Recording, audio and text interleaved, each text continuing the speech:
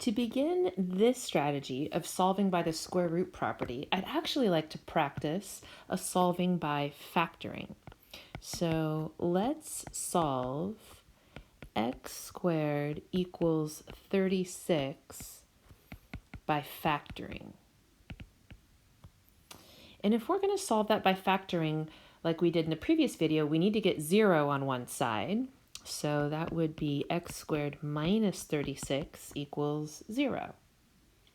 And this is, by design, an easy to factor problem. X minus 6, x plus 6 equals 0. So when we set both of those equal to 0, we get x minus 6 equals 0 gives us x equals 6, and x plus 6 equals 0 gives us x equals negative 6. Great. Now there's a much faster way to solve this equation, x squared equals 36, and that is if we were to solve by the square root property. So if we had x squared equals 36, now I know that I want to get positive 6 and negative 6, just in the same way that you can add any number to both sides, as long as you balance your equation, you can take the square root of both sides of your equation. And the square root of x squared is x, and the square root of 36 is 6. The only problem is right now I have only one of my two answers for this equation. So here's the catch. Whenever you square root both sides of your equation, you need to put a plus minus sign on one side, meaning x is equal to 6 or to negative 6. So let me write that out. Whenever you square root both sides of an equation,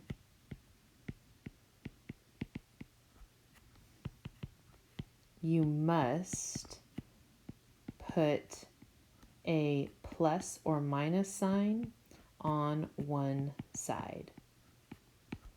It does not matter whether you put it on the side with the x or the side without the x, but it is oh so much easier to put it on the side without the x.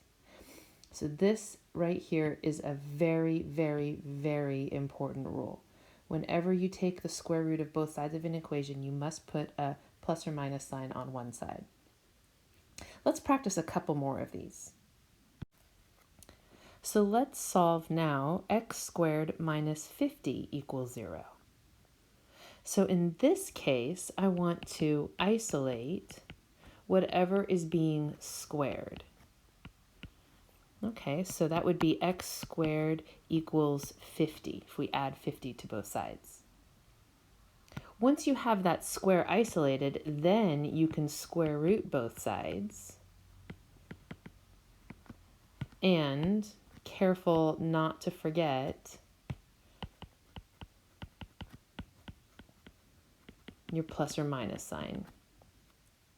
So square rooting both sides and putting the plus or minus sign on one side gives us the square root of x squared is just x equals plus or minus the square root of 50. Okay, now the last thing to do is solve if necessary and simplify if necessary. In this case, there's no more solving to do. X has already been isolated, but there is some simplification to do with the square root of 50. So here's where the simplifying radicals comes in. When we simplify the square root of 50, we're going to be looking for the largest perfect square that divides in evenly to 50.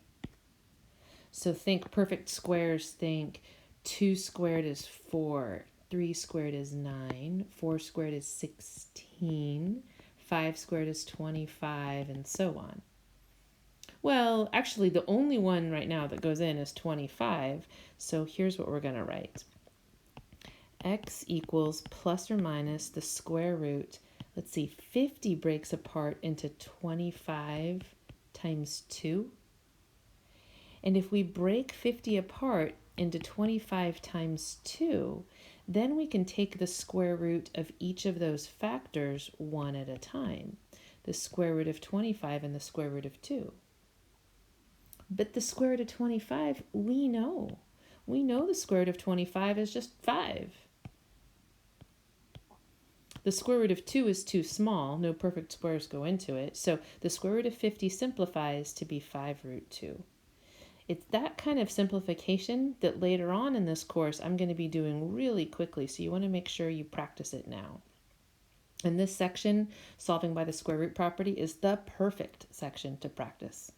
So we have x equals plus or minus, I'll write this out just because we're in this section, the square root of 25 and the square root of times the square root of 2. But we did that because we know the square root of 25 is 5. So plus or minus 5 times the square root of 2.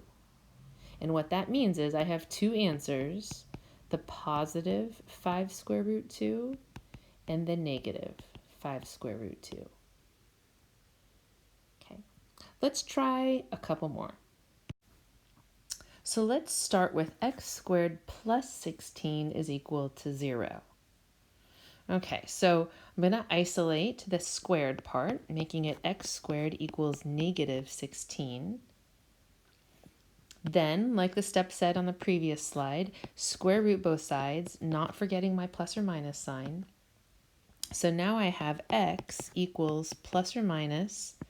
Now the square root of 16, negative 16, is an interesting number. Remember, the square root of any negative number can be broken up into 16 times negative 1, let's say. So square root of 16 and square root negative 1. And I do know the square root of 16, which is great, but the square root of negative 1 is defined to be I.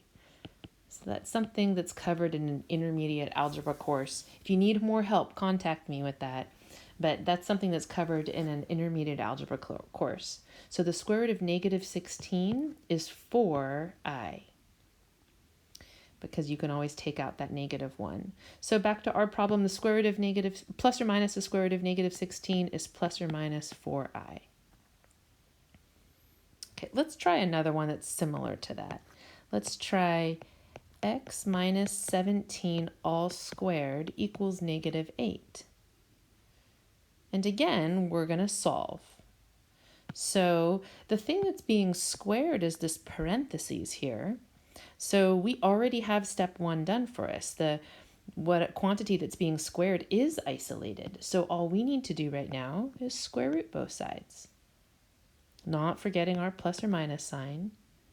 So the square root of x minus 17 all squared cancels to just be x minus 17. And I've got plus or minus the square root of negative 8. So now this combines the example that's on the page here with the example that's the previous page. I'm going to simplify that negative 8 first to be 4 times 2 times negative 1. And the reason that I'm breaking it up that way, let me scooch this up a little bit, is the square root of 4 is 2. The square root of 2 I don't know, and the square root of 1 is I. So just to be really clear, the square root of 4 is 2.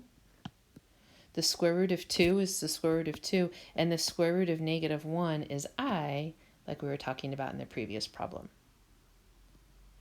The last thing to do to isolate our x is to add 17 to both sides. And 17 is not even close to being like terms with 2 root 2i. So our answer is x equals 17 plus or minus 2 root 2i. And if you had to write that as the two separate answers. It's 17 plus 2 root 2i and 17 minus 2 root 2i. Okay, let's try just one more, and I'll scooch this up so we can use the same page. So let's try 2x plus 115 squared equals negative 32. Okay, just like in the previous problem, the square is isolated already, so we're going to square root both sides and put a plus or minus on one side. So the square root and the square cancel on the left. Square root of 2x plus 15 quantity squared is just 2x plus 115. Okay, the square root of negative 32. So 16 is a nice perfect square that goes into 32 twice. And then I always break off the negative 1 because that's going to turn into an I. So this will be 2x plus 115 equals plus or minus 4. You can bring the I out there so it doesn't get stuck under the square root. So 4i root 2. So you can write the I in front of the square root if you like, or you can write it at the very, very end. Just make sure if you write it at the very end, you don't put the I underneath the square root sign also. But either way is acceptable. Okay, almost done. We need to subtract the 115. So 2x equals, now this 115 is not like terms with the 4i root 2, and it goes in front of the plus or minus sign. So actually I would like to give myself a little bit more room than I did. So this is 2x equals negative 115 plus or minus 4i root 2. And the very last thing to do is divide by 2. So you have a couple different ways you can write your answer. You can write your answer as one big fraction, negative 115 plus or minus 4i root 2 all over 2. If you write it as one giant fraction, you cannot reduce the 4 with the 2 because the 115 doesn't also divide by 2. But if you wanted to, you could break up your fractions, negative 115, over 2, plus or minus 2i root 2, where you've divided the 4 by 2, but you've left the 115 is still needing to be divided by the 2. Either version of those answers is totally fine.